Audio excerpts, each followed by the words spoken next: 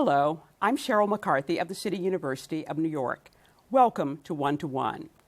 There are many haunting images and voices from World War II, but none that resonate more widely or louder than that of Anne Frank, the young Dutch Jewish girl whose diary, so private by nature, has been read by millions.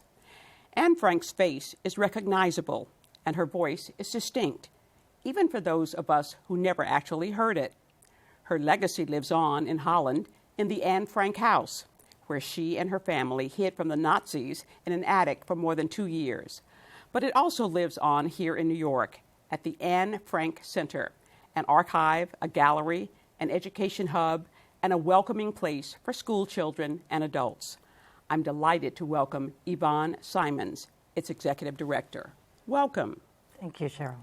You know, I only just now learned about the existence of the Anne Frank Center. How long has it been around, and when and why did it get started? Well, actually, we've been around since 1959 in a very different format. We were started by Otto Frank, the only surviving member of the inhabitants of the secret annex. And at the time, it was more of a fundraising arm for the museum that was just being established in Holland, the Anne Frank House. It has since evolved, and in 1977 we became our own 501c, our non-for-profit organization that has the educational programming the way we have it today. Initially, we were just a kind of a partner of the house in Amsterdam, having their exhibits that traveled through the United States, and about 6 million people have seen those across the United States. We are still doing that. However, in March of 3 years ago, 2012, we opened a beautiful ground floor gallery 2 blocks north of the 9/11 Memorial Museum, where we have all authentic materials from the Anne Frank house. It's both audio, video, and a simulation of the Anne Frank house and bedroom. Okay. Now, I read Anne Frank's diary many years ago, and I would think that many American girls have read it as well. Is that true, or do you think that there are a lot of kids who aren't familiar with the Anne Frank story? Well, it's very interesting. We have classes come to our center every day, and when you ask them about Anne Frank and the Holocaust, a lot of kids don't know about the Holocaust, and they don't know about that part of history exactly. However, Anne Frank is very often that first entry into that part of history. So yes, a lot of kids have read it. My own kids had to read it as mandated literature in, I think, 6th grade. But you'll be surprised how many children have never heard of Anne Frank, nor the war, nor what happened in... Or the Holocaust, yes, right. Right. When did you first read the book, and how did it affect you?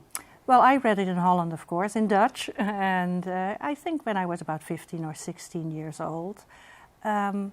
It's one of those books, I think, when you're very close to it and when you come from the Netherlands, it has a different meaning, I think, than when you're there versus hearing it somewhere else in a different culture. Of course, our own history is so much closely involved with the Second World War, and it's a tremendous weight, I think, on our consciousness. Mm-hmm. So I think it's a very moving, compelling story. But I see people react to it differently today because it has a different place in history, and it also connects to certain attitudes and issues today that are just different than when you have kind of come from that history right. yourself. Now, New York has the Museum of Jewish Heritage, mm-hmm. which sponsors some wonderful exhibits, mm-hmm. movies, lectures, many of them centered around the Holocaust. There's also the Holocaust Museum in Washington, D.C. So why do we need the Anne Frank Center, and what does it do that those other venues do not?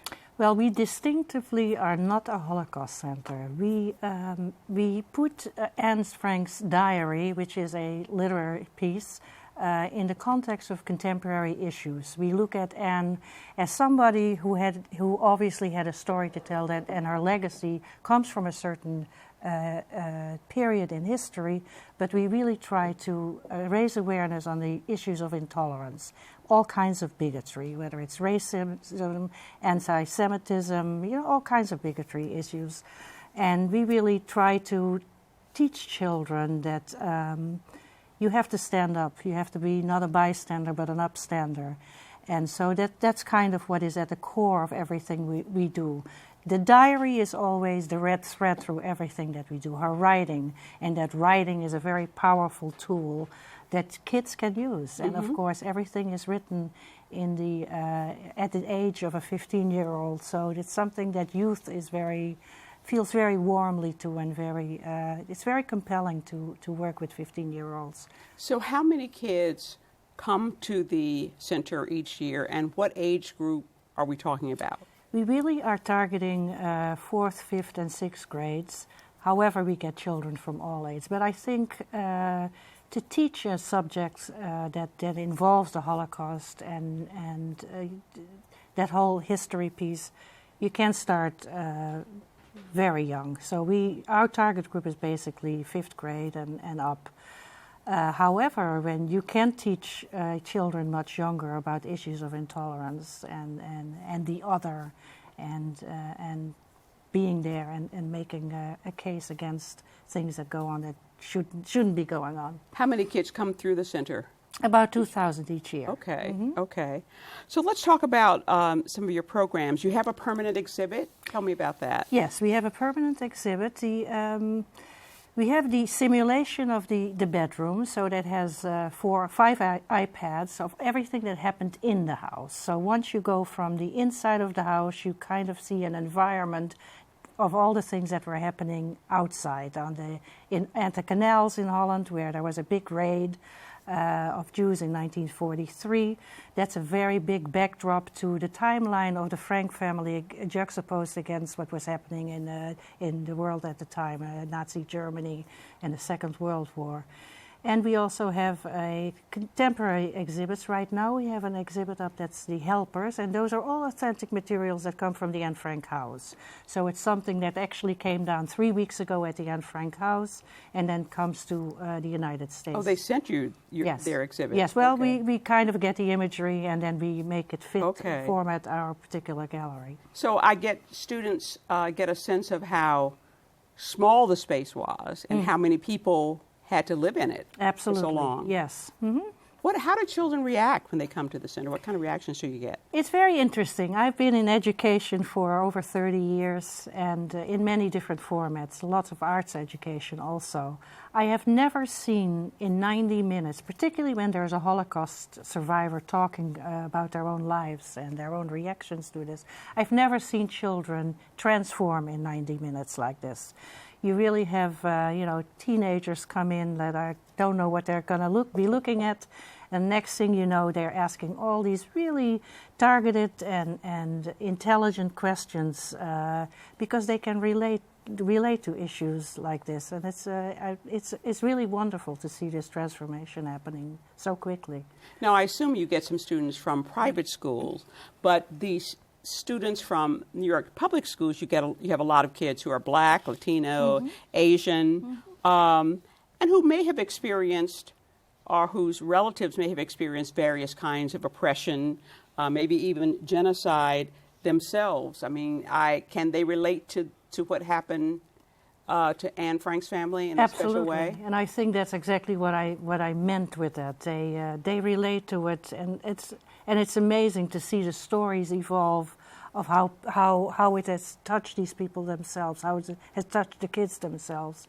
And it is because of all those reasons. Yes, there's a lot of bigotry and racism and all of this happening in the world today. So it's very easy for them to make these connections. And they do make those connections also. Now, your website has a lot of very colorful pictures, paintings, drawings on it.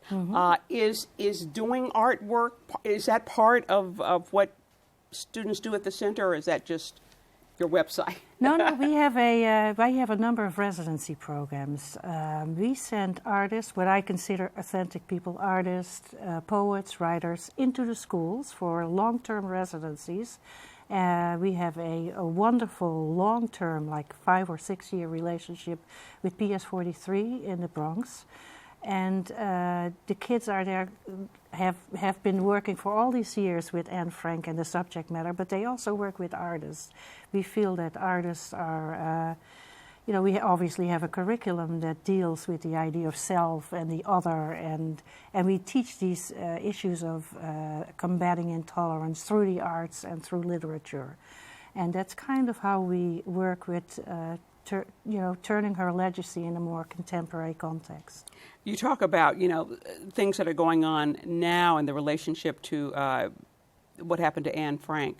Do you have, and you may have partly answered, do you have exhibits that focus on oppressed groups that are not Jewish? For instance, you have the plight of girls in radical Muslim societies, some subjected to kidnapping or to genital mutilation or forced marriage. You got desperately poor children in India. Do you touch on some of those issues? We touch on some of it. We try to stay as close to our mission as possible. And we are also not a political organization. So there's a fine line that we walk. We do deal with all kinds of issues having to do with bigotry. And we have a lot of speakers also. We have a lot of public programs that with books and issues that deal with these. However, our educational programs don't really. They really stay closer to our mission and to Anne Frank. So it's a little different. You mentioned Holocaust survivors coming to speak. Yes. We have a 90-minute program that very often has a Holocaust survivors. Of course, there's less and less of those. Right. So often it's also a second generation. But that's particularly poignant when you have a Holocaust survivor talk about their own lives when they were children, because that's kind of where they picked this up. They were children at the time. So when these children in the room, a classroom, hears these elderly people who are sitting there talking about themselves when they were 11 and 12 and 13 years old, it's a very moving and compelling issue.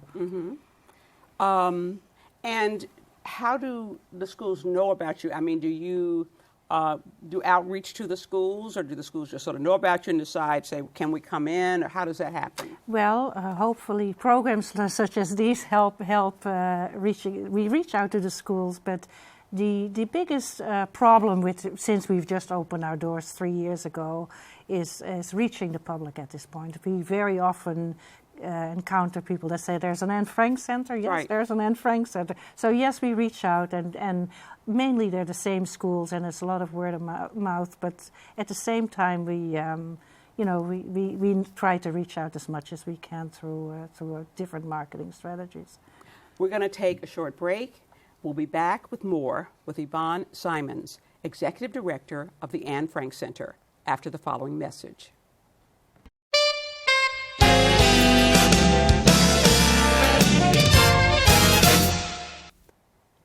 Welcome back to One to One. I'm Sheryl McCarthy of the City University of New York, and I'm talking with Yvonne Simons, Executive Director of the Anne Frank Center USA in New York. Now, you have traveling exhibits. Correct. Tell me about that. We have about 8 traveling exhibits. They vary in size. They pretty much have the same content, but because they differ in size, of course, they have more or less information on them. They have traveled to many cities all across the United States and Canada. About 6 million people have seen those, and they very often go to areas. We try to target areas where there are problems like white supremacist groups, and where we really feel we can make an impact. For example, what some of the places? Boise, Idaho. We have a very wonderful collaboration there with an organization there. And we actually just planted one of our saplings there.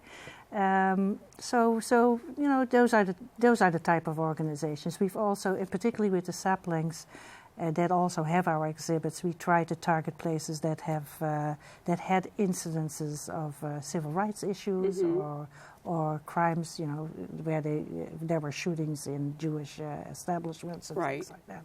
I would think, I'm from the South, I would think that there might be a lot of young people in the South who don't know about you, or people in the Midwest or the far West. The cities, the big cities you can see, but I would think there would be people in those communities who don't know the Holocaust story or the Anne Frank story. Right, and I would say that predominantly that's where our exhibits travel. It's those areas where you have interested parties that really want to bring it there for those exact same reasons. So, do you send a person along with the physical things that are on display? Yes, we do what we call a docent training. We have workshops for educators there, or docents, or people, or peer-to-peer kind of student docents. So we have somebody that goes in there and does some workshops with them, and then we kind of leave it in their hands so that they become turnkeys. And how many places would you go to in the course of a year? About, I think right now we're about 25 to 30 places a year. Okay. Okay. Who funds your programs? It comes from all kinds of funding, mainly individuals. We also, get some foundation funding. I would think those are the biggest ones. We obviously get some money from the Anne Frank House in Amsterdam, the Anne Frank Funds in Basel. So KLM is a major sponsor of us. That's a corporate sponsor. Right. But it mainly comes from individuals. What kind of staff do you have? A very small staff, way too small to do all of this. We have 9 people working. Okay. 4 full-time and 5 part-time. Okay, and a lot of volunteers, I would think. A lot of volunteers, correct. Oh. So you're from the Netherlands. How did you happen to wind up at the Anne Frank Center? Oh, I actually, I've been here for many, many years, and I've been at different institutions, cultural institutions also. I think when I personally, at some point, I was deputy executive director at the South Street Seaport Museum, and I was in the middle of 9/11, and I actually had those buildings collapse around me. And at that particular time, I felt I had been courted by this organization for some time, and I felt a different kind of relationship after I lived through that, and I felt closer to the entire mission and the core mission of everything that we were doing, and the kinds of there's a lot of Holocaust survivors in my constituency, and somehow I felt very close to everything after that happened. It made a big impact. Okay. But you're an artist. You were also an artist. I'm a painter also, yes. Okay, okay. That was your original calling to be an artist? Yes, absolutely. Okay. Tell me about, you mentioned this earlier, the sapling program. Tell us about that. Well, as a lot of people may know, there is one of the things that Anne Frank wrote about in her diary was this enormous tree, her being, locked up and seeing the changes around her, the tree, and it was a very big piece of her writing. The tree was very sick, and at some point fell down in 2010, I believe. And we have received 11 saplings from the original tree. So I issued a request for proposal a number of years ago, and before I knew all of this, before I started all of this, I didn't realize that this would be the last chestnut trees that would enter the country. Really? Why? Yes, there is a disease that is specific to chestnut trees, and then even more specific to Dutch chestnut trees. So I thought this was going to be a very easy thing. I could issue an RFP. We received about 75 proposals from people, and we chose 11 of those. But then the tree suddenly had to go into quarantine for 3 years. Oh my goodness! So this this wonderful idea suddenly had to be put on hold for 3 years. But once the 3 years were over, and it just happened in the last 2 years or so, they've been planted. And actually, there was one planted just now in Boise. Last year, there was one planted at the Capitol grounds. Debbie Wasserman-Schulz was the one that had to go through both houses. So that was planted last year, and later this year we will also plant it at the Clinton Library. The Clinton Library in Arkansas, as well as Little Rock High School. Okay. So we try to really look at places that had that had civil rights issues at their core also, so that. you also sponsor a national essay contest. Yes. Tell me about that. We do that. There's two of them. One of them is we have a Spirit of Anne Frank Awards, which is on June 15th. June 12th is Anne's birthday, which is a Friday this year, so it's the 15th. How old would she be now? 86. Okay. She would have been 86 this year. So we ask students, college-bound students, to write an essay about a leadership role that they've played.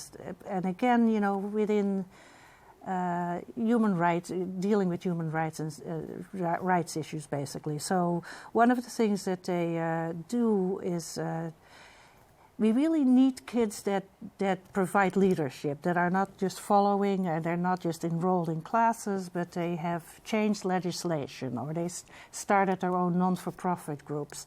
So it's remarkable to see what some people at very young ages can do. And so we give a $10,000 scholarship to a college-bound student, and then we have a couple of runners-up that also get awards, and that's basically what happens. And it's remarkable to see what some young people can do in those roles. When do you announce? Did you recently announce a winner?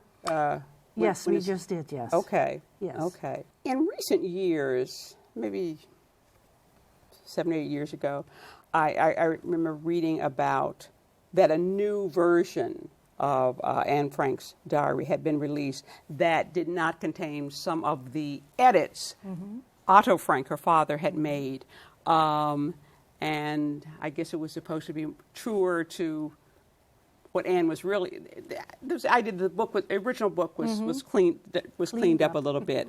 Is this the version that is published pretty much now? And how is this message different from the original diary that was published? First of all, yes, this is the newer version includes all of those pieces. Okay. And I think what Otto Frank did at the time, he edited out some of the complaints that Anne made about her mother. You know, there was Anne was closer to her father, I think, than her mother. So right. she had these typical teenager issues with her mother that everybody has at some point in their lives. So he deleted those, and also she was a young girl that was becoming a young woman, so she described her own sexuality also. And that went out of the first version? That went out, yes. Okay. That was all deleted from the first version because, we're talking about 1948, 1950, and that was not spoken about at those times. So, as time evolved, there were actually 10 pages or so were put back into the diary, and today obviously... And I'm sure a lot of teenagers can relate to those. Absolutely, that's right. I mean, those things are non-issues today, but they were big issues back then. Anne Frank's much-touted feelings of optimism about the essential goodness of human nature allowed her to surmount, at least mentally, the terribly dire circumstances that she and her family were in and that originally led to her death. And a lot of children today face dire circumstances, difficult challenges. What do you think, just from observing them, what do you think gives them the ability to surmount their circumstances? It's basically hope for a better future and perseverance. I think in the end, if you look at everything that happens in the world, you kind of have a very strong feeling that the only thing that can happen is for humanity to win. And I think that's something that children understand and that they can make a difference also. It's up to every individual to make choices in their lives.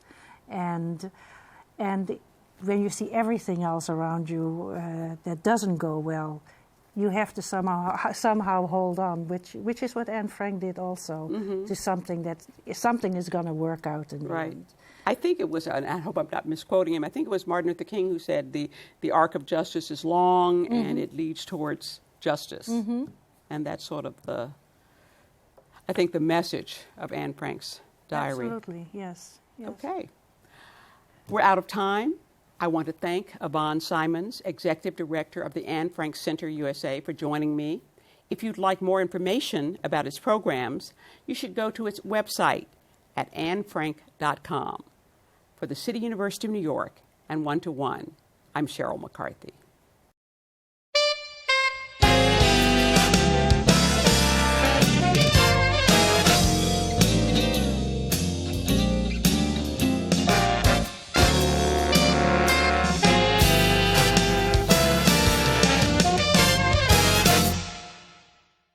If there are any people you'd like to hear from or topics you'd like us to explore, please let us know.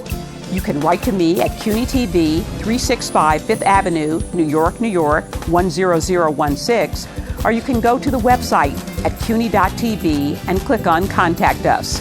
I look forward to hearing from you.